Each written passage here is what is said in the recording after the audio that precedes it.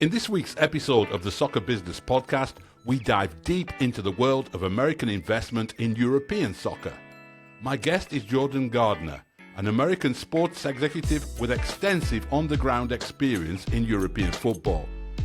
Jordan is a former minority shareholder in Swansea City FC, former board member of Irish club Dundalk, and former chief executive for Danish club Helsingborg. Jordan is currently a consultant for 21st Group in their commercial specialist group. So Jordan, thanks very much indeed for joining the soccer business. Before we get into sort of looking at the trends in this space at the moment, how did you get involved in soccer and soccer investment? Yeah, so I played soccer in the United States semi-professionally, not to a professional level, and then I founded a company and sold that company about 13 or 14 years ago. And this was I guess about 10 years ago now, where it felt like there was really a trend that was starting of Americans looking specifically towards European football. And I had been involved in a couple of American soccer projects, and I have a lot of respect for people who invest in the sport in the United States, but I'm an entrepreneur. I like to build things, and to me, European football was this kind of open opportunity to build some things from scratch, get clubs promoted, capture a lot of inefficiencies running these football clubs. And so I was fortunate enough in a bunch of different ways to get involved in European football. First, through mutual connections, had the opportunity to make a very, very small equity investment in Swansea City Football Club in 2019 when they were in the Premier League. Was able to join the board of a club in the Republic of Ireland called Dundalk, which was a really interesting project. And then more recently as chairman and CEO of a club in Denmark. So kind of, for me, it was really much about kind of getting a really diverse set of skills and expertise, whether that was at board level, from the investment perspective, from the kind of operational perspective as a chief executive in different markets, and try to really ideally not make some of the mistakes that maybe some other folks from North America have made, where they come in with maybe a very North American mindset into the sport and try to really understand it, have sensitivities toward it, and be realistic about what is possible, what isn't possible. We'll get into that a little bit, I'm sure. That's a little bit how I got into the space. Right. I mean, we're seeing no slowdown in the interest, it seems, from American investors into European football, British football, maybe Italian football, but particularly English football, really, aren't we? And what are the primary factors fueling that? I mean, I constantly hear people say that they feel that the clubs are undervalued and that there's value can be released from them and so on, but is that still the case? And what are the factors driving this interest? I think there's a couple different things going on.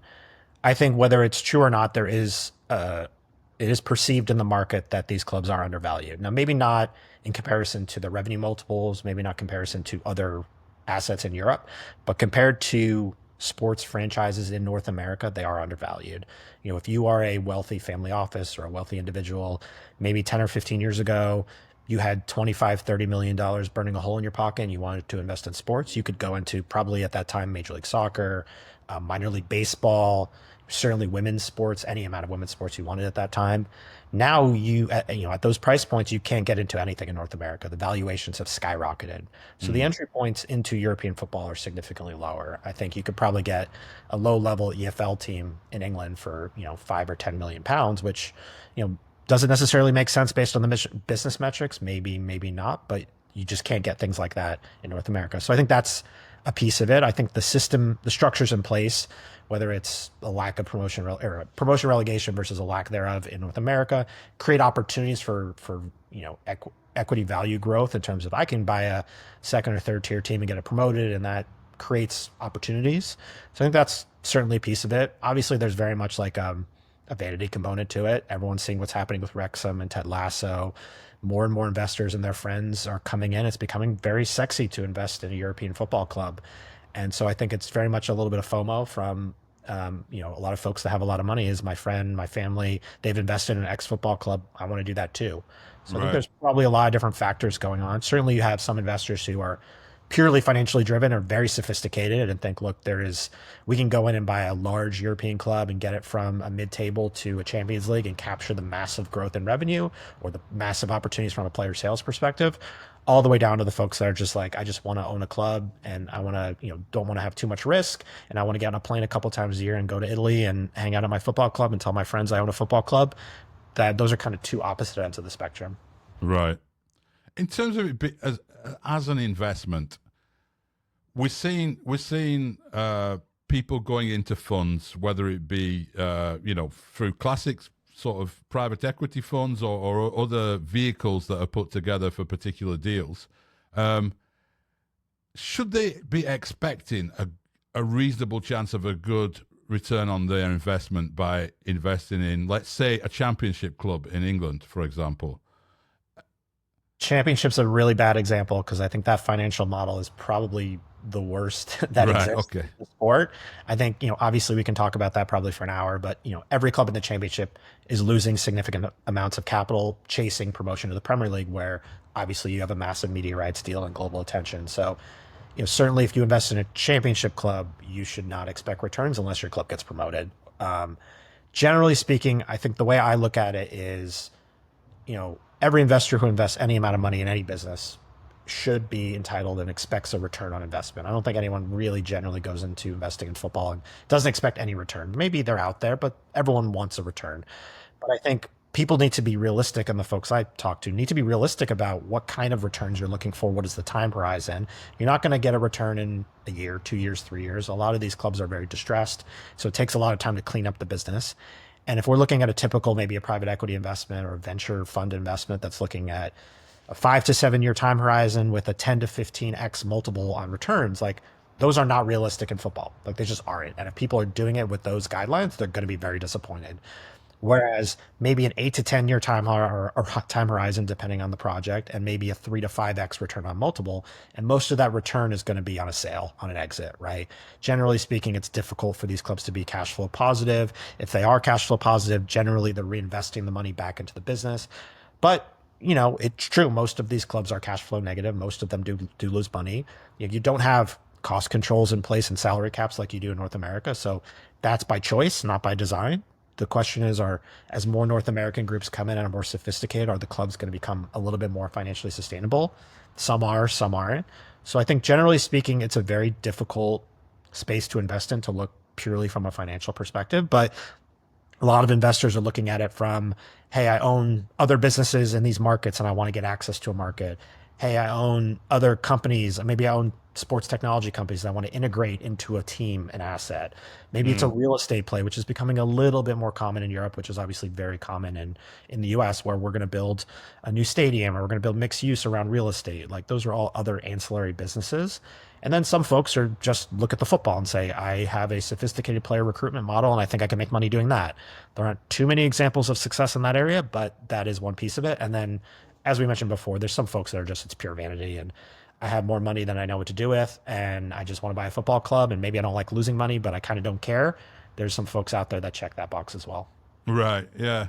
I mean, sometimes I've got the impression from some of the American owners that have come into English football that they almost think like they can reinvent the wheel in some respects. You hear people talking about the player recruitment thing, that if we just buy these young talented players and then sell them on at a profit, and it's like that's what everyone's been trying to do for the last 50 years, right? So, I mean, what are the main that you've noticed from people who've gone in or maybe gone in, come out as well, the sort of main learnings on that learning curve that people adjust to the realities of English football when they go in there that perhaps they hadn't considered before they take the plunge? Yeah, I think you definitely hit on some of the challenges that I see on a daily basis. You have a lot of particularly North American investors who come from either strong business backgrounds, finance, private equity, venture capital, folks that are invested in other sports in North America and had a lot of success in that. They come into European football and it's a totally different environment for them. The structures, everything down to running a business in a foreign country, labor laws, tax laws, everything is very different. And I think the biggest key that I don't see very often, which I talk to a lot of folks about, is there has to be a level of humility in terms of coming in and saying, look, I might have run an NFL franchise really successfully. I might have had a business that made a ton of money. I might have won a Super Bowl, but I'm coming into the Premier League or I'm coming into the championship. And this is a totally different ball game.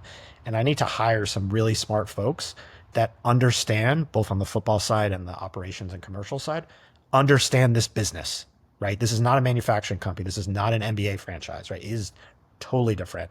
And the supporter culture and all the culture around European football, it's just not the same. If I buy an NBA team and I invest in a baseball team in North America, similar businesses. Yes, it's a different sport. There's a lot of intricacies in the business. Soccer and Europe, the sport globally, is just not even in the same ballpark. Again, no cost controls, no revenue sharing, promotion relegation. Some of the European countries we deal with are very, have socialist governments, right? Tax law, everything I just mentioned. So those are all very different. So I think having really good people in place that can help kind of hold your hand, whether that's hiring the right manager, sporting team, CEOs, all those things I think are super important, and kind of coming in, not just doing the right diligence, because you can run diligence on any business, but coming in and really understanding what it takes to be successful. Many groups learn that on the fly or never learn that and exit and either lose a lot of money or have a lot of disappointment. So unfortunately, more often than not, we hear the horror stories. I think maybe we'll talk about later. I think Wrexham's a really interesting one because it's kind of been talked about ad nauseum about the success and the promotions. And obviously they've invested quite a bit of money, and very difficult to replicate what they've done because, the documentary with Ryan and Rob, like, they're not normal people like me and you that would want to invest in a football club, right? But they've done some really, really smart things. They've invested in stadium infrastructure. They spent a ton of time on the ground being actually present at the football club, right? They've invested in their women's product, right? They hired the same manager. The same manager has been there for 3 years. They've had a lot of stability, right? Like, they've leveraged the assets they have with their global brand to bring in better players, better commercial partners.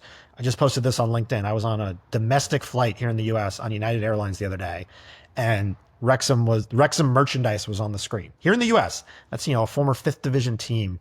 Like, that's crazy. Again, not replicable, but a lot of things they did right. And I think some folks aren't maybe giving them enough credit. Certainly, again, they've spent a lot of money. But I think those are some of the examples that you can say, yeah, if you check the right boxes and put a lot of energy and do the right things, you can have success. But again, like I said, there's many examples of folks that don't do that, and that doesn't end well for them. I mean, what it struck me about Wrexham especially at the start, was there was a degree of humility there when they went in terms of the way they approached the community and the fan base, and a genuine attempt to learn and develop a relationship that you don't always see. And in the cases that we could, we don't need to name them, but the cases of where things have not gone well for people, it's usually because they haven't got that bit right at the start, I think. And there's a learning, and there, I don't know. I mean, the whole discussions you hear in sports business circles about fan personas and the different types of fans and so on in the North American context, I just don't think it translates over to England at all. I don't know what you think about that, but how do you think that dynamic between an owner coming in and maybe having that sort of, yes, I know a fan is not a classic consumer, but maybe having a North American attitude towards filling up seats in an arena as opposed to that sense of ownership that English fans have? The funniest conversations I usually have are with American owners who come in and they're ready to buy a football club or have bought a football club, and they want to talk about maximizing ticket revenue and raising ticket prices. Of course, if you do that in North America, you might get some pushback, but there's things like that folks in North America they don't understand the sensitivities around the consumer, the supporter, the fan. They don't understand the generational connection between the supporter culture and the supporters in European football and the clubs. Now, not to say that there aren't American sports clubs and franchises that don't have some of those characteristics. Generally speaking, this idea of maximizing customer and fan revenue is really challenging. There's certain areas you can do things. The way I look at the commercial and the business side of European football, and then you have how Americans approach it, is Americans are coming in saying, this is an entirely inefficient business. Many of these football clubs are not professionalized, or they're run really inefficiently, or you're just looking at lots of opportunities from the operations and commercial side. And I agree with all of that, actually. Yeah. European football clubs are miles behind. But what you can't do is you can't just come in and just treat this like an NFL franchise. You just can't. It's a different kind of industry and business. So you have to kind of come in with a cultural sensitivity to come in and say, yes, maybe we need to bring in some new folks that are thinking more globally when it comes to sponsorship. Maybe we need to sit down with the supporters and talk about things like ticket pricing in a very sensitive and open and transparent way. We can't just assume these are supporters who are going to come to our matches whether we win or lose. Like, my wife will go to an NFL game whether the team's winning or not. Like, supporters in European football are going to go to the game if the team's doing well. Certainly sometimes they'll go if it doesn't, but they're there for the experience on the pitch. And again, in North America, there is a bit of a split between, sure, there's plenty of people that are there for the experience on the field or the pitch, but they're there for the experience. They're there to go to the hospitality. They're there for the game day experience, the event.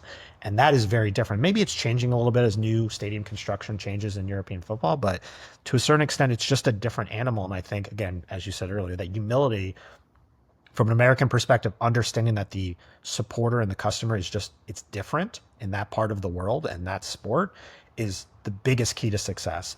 And I think to give Americans a little bit of credit is we come into football clubs and a lot of folks who've been at these clubs for many years or in that ecosystem say, you know, we're changing too fast. There's too much change. You guys don't know what you're doing, which maybe some of that is true and fair, but the industry needs to evolve and professionalize and modernize in many ways. And look, again, it depends on the league and depends on the club, but like I've seen Serie A and Premier League clubs where you look behind the curtain and you're like, commercial team's a joke, sponsorship team's a joke, you know, sporting, the sporting recruitment structure and the data analytics is completely non-existent and there's no alignment in any of these organizational pillars. And so you're like, wow, you know, this is a 150 million pound business that gets Premier League, you know, X media rights distributions and is run like a fifth division team. Like that happens all the time. So I think it's about finding ways to coming in and bringing in some American ideas with the sensitivity of how these clubs are run in their country. Again, I wouldn't come into a business in a foreign country and say, we're going to run this like an American business. I would come in and say,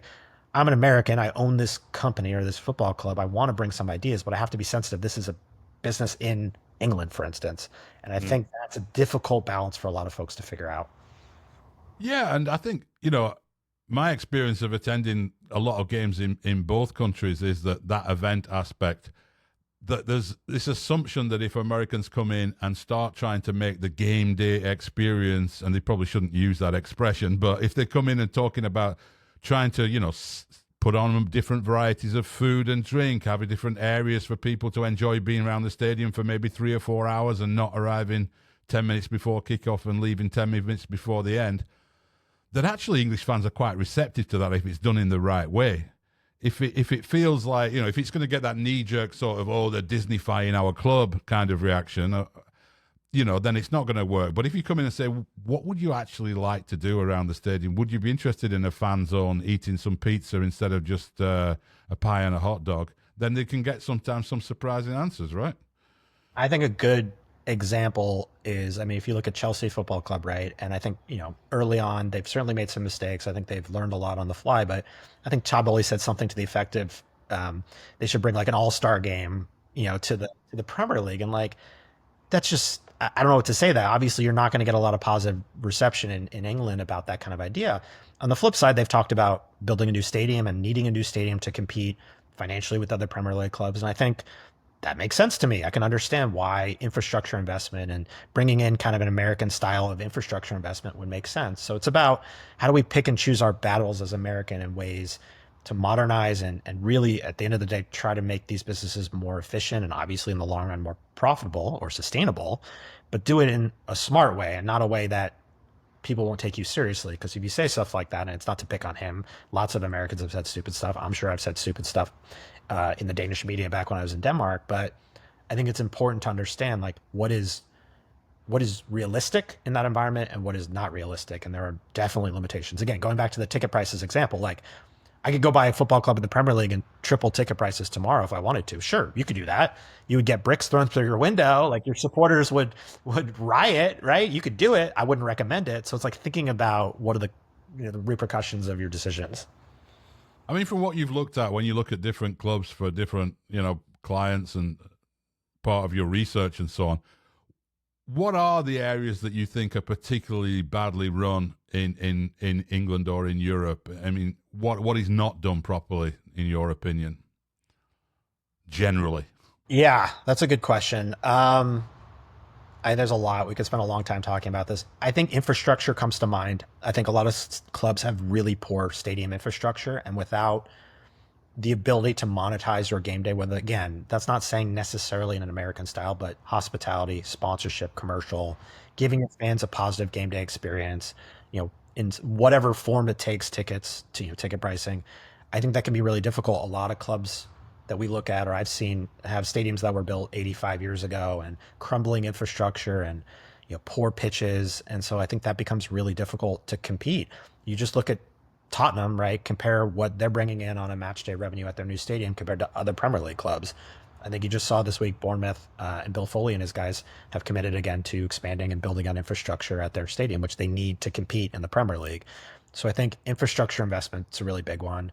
I mean, at the end of the day, I just think I personally see too many clubs, again, like we talked about earlier, that are a little bit just not run like businesses. And I know it's a very sensitive issue. I know a lot of folks in Europe hate when I use the word business, but at the end of the day, football, it's not mutually exclusive. Football clubs can be a community asset. That can be something that there's a genuine attachment between the community and supporters and everyone in that ecosystem in the football club.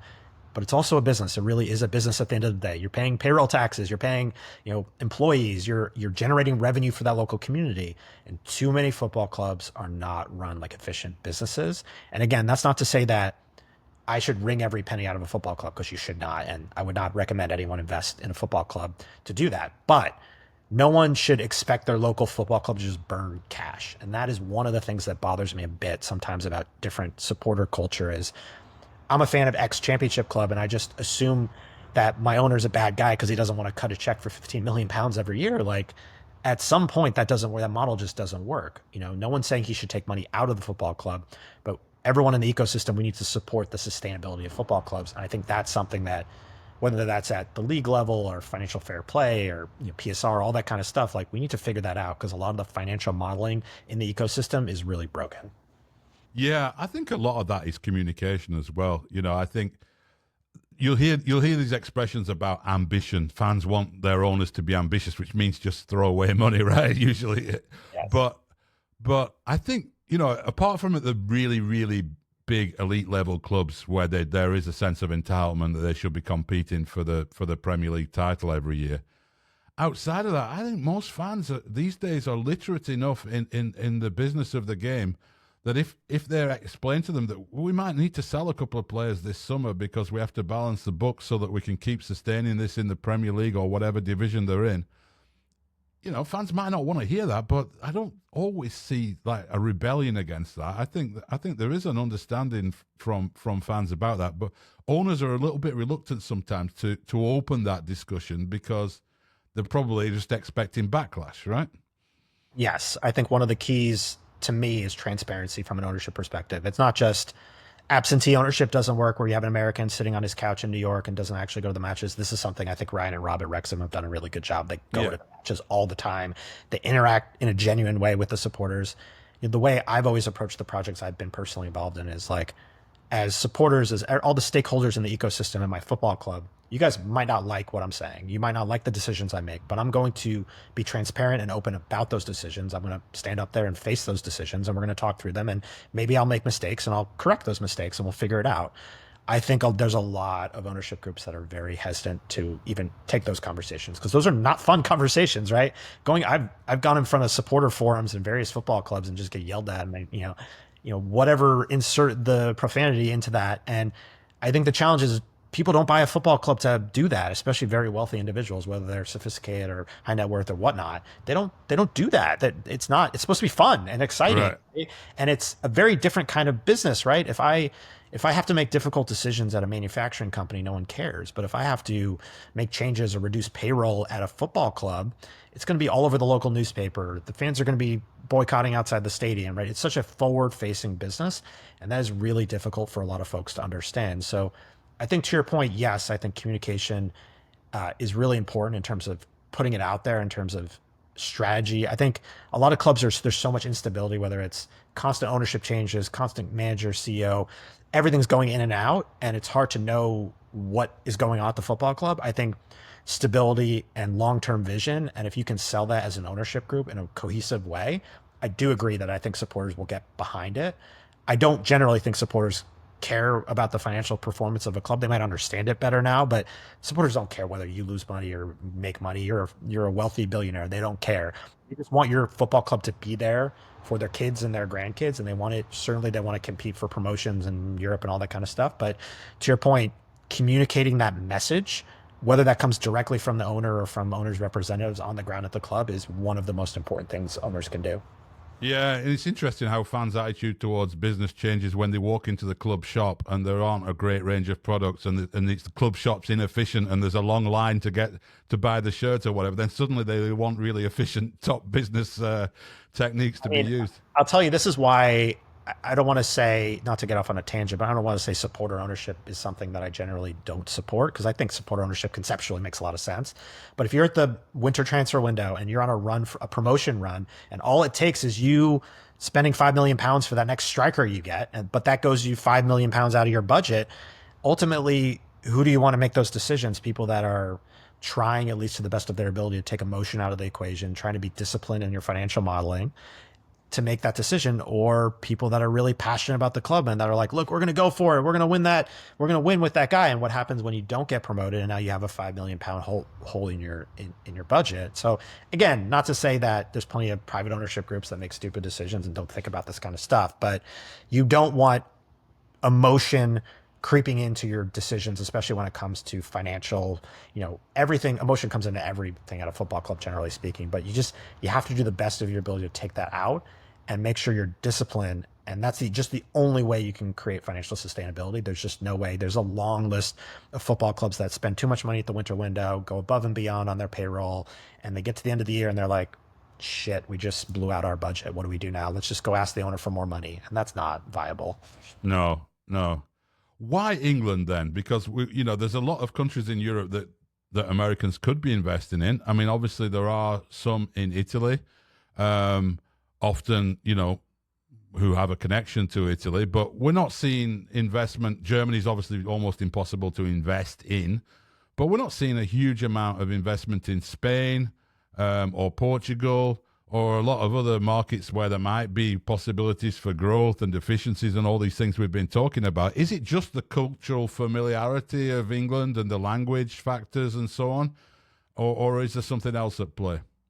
I think that's a big piece of it. I mean, the Premier League is king. And if you get up in the morning, whether it's 7 a.m. on the West Coast or 10 a.m. on the East Coast, you're turning on the TV and it's the Premier League. And, obviously the strong cultural connections between the United States and the UK are a piece of it. The language is a big piece of it, to be honest with you. A lot of investors have difficulty wrapping their head around going to a country where there aren't that many people that speak English. Yeah. One of the reasons my most recent project, we went to Denmark, honestly, is because 85% of the population speaks English. Owning a football club in Spain, France, Italy, less or so in Portugal is much more challenging because of the language barriers. So I think that there's that. There's obviously Wrexham, Ted Lasso, all of that is very focused in and around the pyramid in the UK. I think some of the other markets you mentioned, there isn't as much attractive deal sourcing. I think Italy is probably the second biggest market, and most folks are looking at that more culturally as cultural attachments, whether my family or I have Italian heritage or I have holiday in Italy. Spain, the valuations, I think, generally scare a lot of folks away into that market, although we do see examples of folks looking at that market. So it's a confluence of factors, but I think what you said, language, culture, media exposure, just the Premier League in general, I think those are all big factors when it comes to looking at the UK.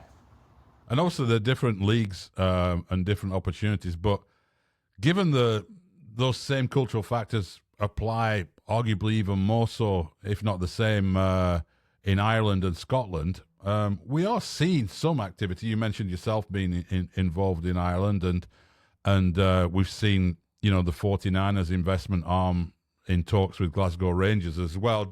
Should we expect to see a little bit more around the Celtic fringes, as we call it? I like Scotland a lot. I think it shares a lot of the characteristics of the English pyramid at a fraction of the price point, with a lot of upside based on the top of the pyramid having Celtic and Rangers. So I know a lot of folks that are starting to look towards Scotland. I think obviously you're in, with Brexit, there's opportunities to develop players up in Scotland and move them down to England. So I think we're already seeing some interest in Scotland. Although again, there's a little bit of a vanity component to it where it's just like, I can't get to the Premier League, right? I can buy a fourth division team in England and I can be sold, whether true or not, the dream of getting to the Premier League. That doesn't really exist in Scotland. Certainly you can get to the Scottish Premiership and play Celtic and Rangers, which I think is pretty cool. Certainly you can get to Europe, which is really interesting. So Scotland, yes. The Irish League is a really interesting one because I haven't been involved in it for a couple of years. But it's really grown a lot. We've seen a couple of clubs really grow. The challenge with that league is you don't really have any media rights in terms of distributions to the club. So the financial model is really challenging. You're really, by far and away, your largest revenue stream is European competition. So you have to get to the group stage of the Europa League or Conference League or Champions League for it to make any financial sense at all. And luckily for us at Dundalk, we did that, I think, 2 out of 5 years. And that was able to help us craft a model that worked. But without that, it's challenging, Rob. You have Gaelic football. You have everyone in Ireland supports a Premier League club. So you're kind of competing with that. The infrastructure is poor. So like, I think things are changing in Ireland. I haven't stayed super close to it, but I don't think we're going to see a ton of investment there yet. Scotland, absolutely yes. Interesting. Yeah. And whenever one of these deals is done, I can be pretty sure that within an hour somebody's WhatsApping me, why don't Americans invest in American soccer, right? To which I usually say, well, they are doing actually, you know, and foreigners are investing in American soccer as well. It's happening, you know, we see clubs, New York City FC, San Diego, the famous 500 million expansion fee was paid by a British Egyptian businessman. But clearly there is a decision being made by a lot of wealthy people who like soccer to invest in European soccer and English soccer rather than American soccer. What are the main drivers of that, do you think? It's a couple things. It depends on the league or the ticket size we're talking in American soccer. If you talk MLS, the biggest barrier right now to investment is the valuations. You're talking about massive valuations. I think, you know, San Diego FC went for 500 million, and that was a expansion franchise. You're seeing clubs being valued at over $1 billion US, and so that's obviously scaring away a large chunk of investors. You see some small minority stakes potentially in MLS, but there was this kind of assumption that the 2026 World Cup, and it still might come true, is kind of going to kind of turbocharge American soccer and MLS valuations.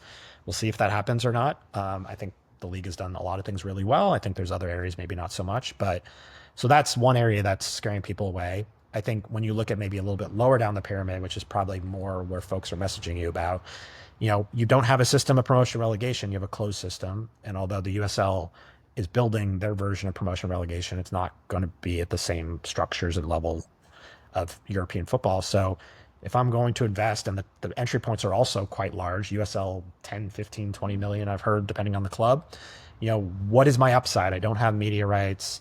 You know, they're only starting to really capture revenue from selling players. I have no ability to get to MLS, the top division. So I think that folks in that area are saying, maybe it makes a lot more sense for me to invest in something in Europe, sexier. So there's certainly a vanity component to it, and it has just a lot more upside and interest. Again, selling this, I can't stress enough, selling the promotion vision, not just of the Premier League, but the vision of buying something low and building it up. The whole Wrexham story is so enticing to investors. It is so exciting, both from a financial perspective and from a vanity perspective, that without that story and that vision, it's really hard to get some people excited about investing in American soccer. Others are, it's my local club, or I'm a local wealthy individual in Chattanooga, Tennessee, and I want to invest in local, and my kid plays soccer, and I want to build soccer in America. I totally get that. A lot of people think that way, but more and more people are, for whatever reason, deciding that model doesn't work for them.